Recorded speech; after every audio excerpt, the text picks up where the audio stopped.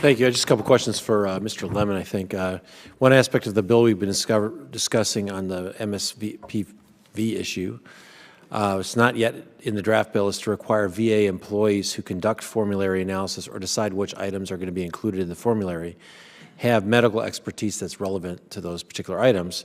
The concern we hear constantly from the stakeholders is that the wrong people are making medical decisions. So I just want to ask if you have any feelings about the bill language. If you've seen the language, do you agree? Do you have any objections? Any way you could inform us on that?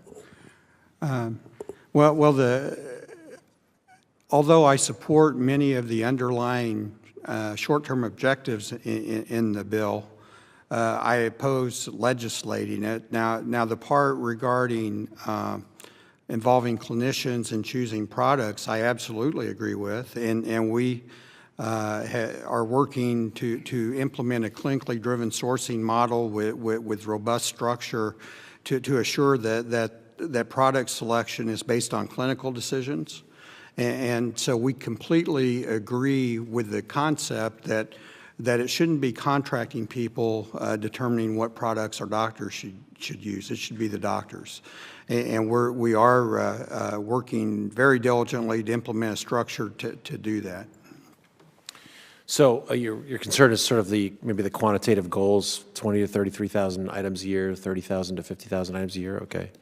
Yeah. I mean, right now, commercial prime vendors, they may actually stock 30,000 items in a warehouse. So right. you know, to say that we have to contract for 50, and honestly, if you look a few years down the road, if we're successful involving our clinicians, like you would like us to, and we'd like to.